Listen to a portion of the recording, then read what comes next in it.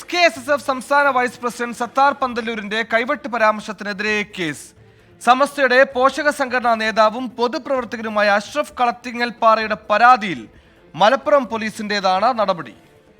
അവസാന ശ്വാസം വരെ നടപ്പിലാക്കാൻ നാം സന്നദ്ധമാകണം. സമസ്ത കേരള ജംഇയ്യത്തുൽ ഉലമയുടെ കേന്ദ്ര മുശാവറ IPC 153 വകുപ്പ് പ്രകാരം കലാപാഹ്വാനത്തിനാണ് കേസ്. നിയമ നടപടികളുമായി മുന്നോട്ടു പോകുമെന്നും സമസ്തയ്ക്ക് പരാതി നൽകുമെന്നും അഷ്റഫ് കളത്തിങ്ങൽ പാറ. അദ്ദേഹം തിരുത്തണം, പൊതുസമൂഹത്തോട് മാപ്പ് പറയണം.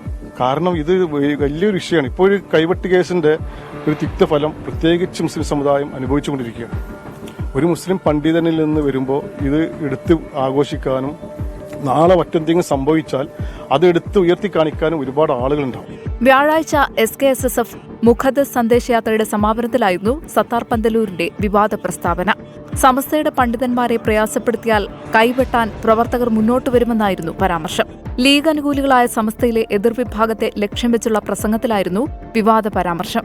വാക്കുകൾ ആലങ്കാരികമായി ഉപയോഗിച്ചതാണ് എന്നാണ് സത്താർ പന്തല്ലൂരിനെ അനുകൂലിക്കുന്നവരുടെ വാദം. ജാമിയ നൂരിയ സമ്മേളനത്തിൽ നിന്ന് ലീഗ് വിരുദ്ധരായ സത്താർ പന്തല്ലൂർ അടക്കമുള്ള നേതാക്കളെ ഒഴിവാക്കിയതിൽ സംഘടനയിൽ ചേരിപ്പോര് തുടരുന്നതിനിടെയാണ് കൈവെട്ട് പരാമർശം ചൂണ്ടിക്കാട്ടിയുള്ള എതിർവിഭാഗത്തിന്റെ നീക്കം. 24 മലപ്പുറം.